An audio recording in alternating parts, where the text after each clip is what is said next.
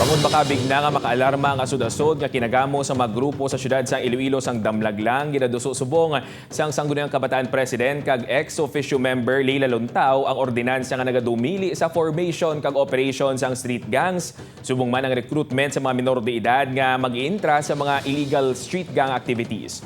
Tinutuyo man sang proposed ordinance nga mahatagan sang nagakaigo nga kahulugan ang gangs. Pananglitan nga mapasara. Mangin regular ang mga aktibidad para sa mga kabataan kasubong na lang sa mga camps. Sa records ng Iloilo City Police Office, nagnubo ang mga kaso kung sa dinimbolbado ang mga children in conflict with the law.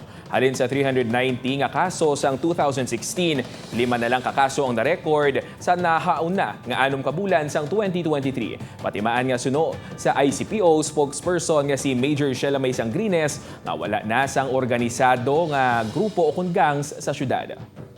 Ang aton nga pamatanon nga ni what they just need is sustained intervention program nga suportaran naton because at the end of the day kinanglan lang gid ni sa ila is supervision, guidance, pinaka-importante is love and care.